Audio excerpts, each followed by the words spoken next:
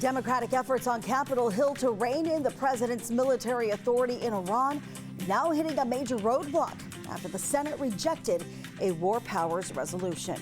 They're essentially saying to this president and any future president that they can make war wherever they want, whenever they want, however they want, and Congress will not disturb them. Last week, Iran had 11 ships in the Gulf of Oman. Today, they have none. That's a good thing. When the lower chamber is expected to take up a similar resolution, and White House leadership is expressing confidence that representatives will vote down the measure. And it's a busy day on Capitol Hill as the House is also preparing to vote on a funding bill for the Department of Homeland Security in hopes to end the partial government shutdown. Why GOP lawmakers are using the war in Iran as a catalyst to urgently supply funding, and why Democrats are still holding out on approving the bill.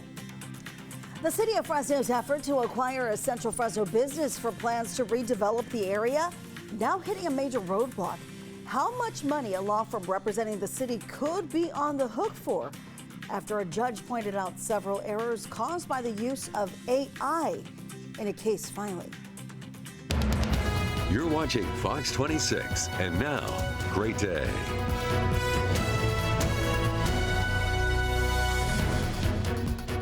Good morning. We begin this hour with a live look at Bass Lake. Today's high at the lake expected to reach 57 degrees. Crystal clear out there. You could even make out the stars in that shot.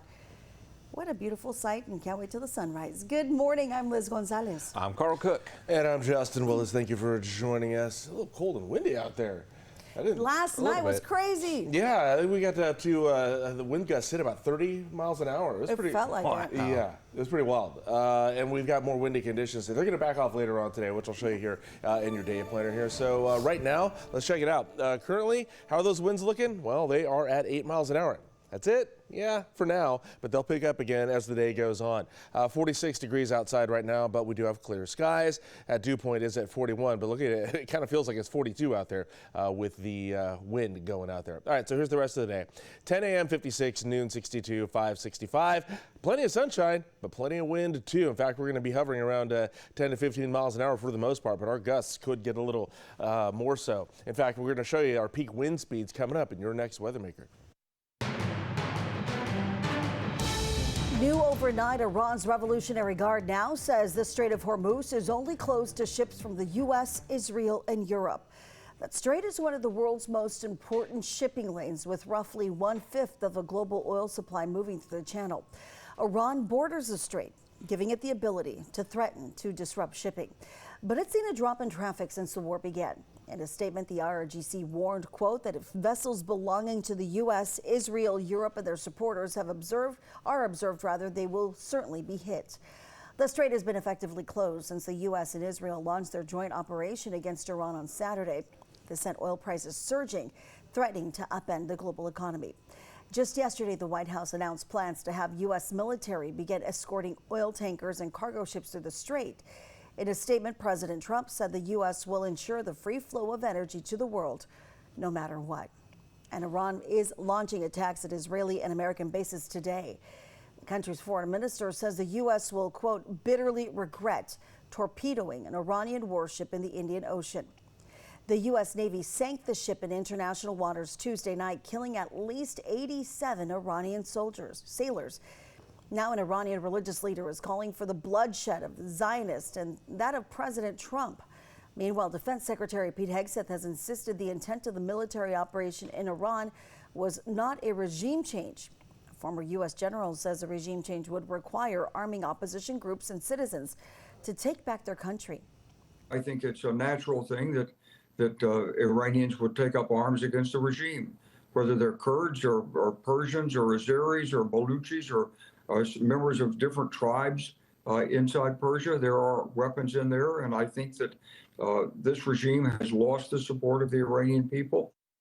Iranian officials say the war has killed more than 1,000 people in the country. Lebanese officials report more than 70 deaths, and Israeli officials say more than a dozen people have died. Now, the strikes on Iran are quickly diminishing missile stockpiles. Reuters is reporting that defense contractors are meeting with White House officials tomorrow to find a solution. The aim is to ramp up weapons production. Lockheed Martin and Raytheon are among those being invited. Despite the drawdown in armaments, White House officials say the fight will continue. We have only just begun to fight.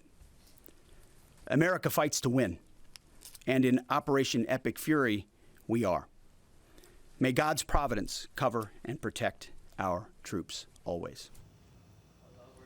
Munitions have dropped amid several ongoing conflicts, including shipments to help Ukraine beat back Russian forces, as well as Israel's 12-day war last year. Now, there's reportedly a White House request to Congress for $50 billion to help boost production. Another serious issue is the Iranian drones. U.S. air defense might not be able to intercept most of them. That's what White House officials reportedly told lawmakers during a closed-door briefing Tuesday. Defense Secretary Hegseth reportedly says that the Shahed drones are a bigger problem than what officials were expecting. These have low production costs and the ability to fly low. Some analysts estimate the cost of production to be about $30,000 per drone. Compare that to each interceptor missile, which costs several $millions. We are now learning the names of 2 more American soldiers killed in an Iranian drone attack in Kuwait this past Sunday. They've been identified as 54-year-old Chief Warrant Officer 3 Robert Marzan of Sacramento and 45-year-old Major Jeffrey O'Brien of Indianola, Iowa. The 4 other soldiers killed in the attack were identified Tuesday.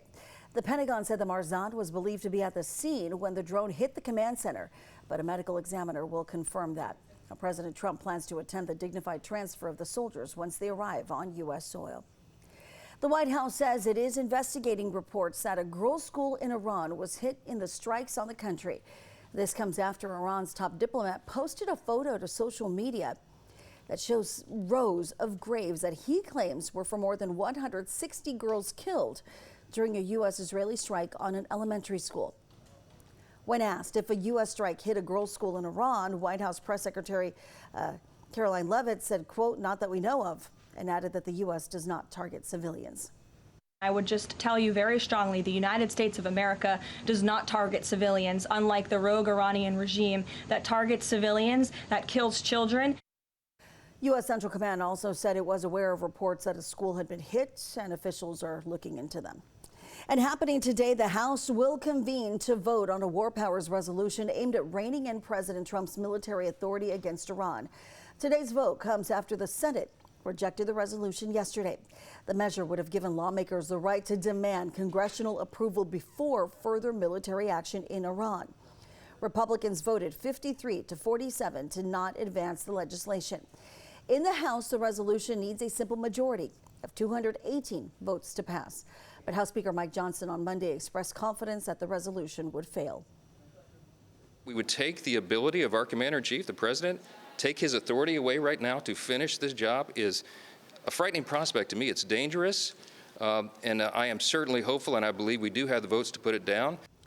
If the House passes, President Trump does have veto power, and lawmakers would need a 2/3 majority to override that.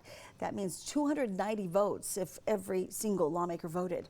President Trump has said that he expects the ongoing operation in Iran to last around 4 to 5 weeks.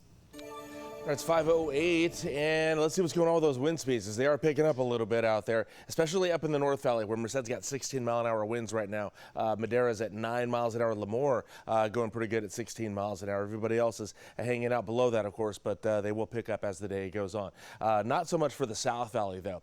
What's causing all this is we have some low pressure here that it's now passed over and is kind of hanging out over Utah, Nevada, and Idaho there, but kind of the southern end of that, you can kind of see some of that that tail right there kind of whipping across. It's whipped across, and that is what's bringing up our wind speeds here. It's going to back off by the end of the day, though, so we should be good on the wind speeds for tomorrow. But today, it's going to be very gusty. Look at these peak wind speeds out there for you. We could see 30-mile-an-hour winds up in Los Banos today. Merced could see 25, same for Madera, Fresno, Lemoore, maybe topping out at 20 miles an hour on the wind speeds there. South Valley looking okay, though, just about 5-10 miles an hour there from Visalia to Delano.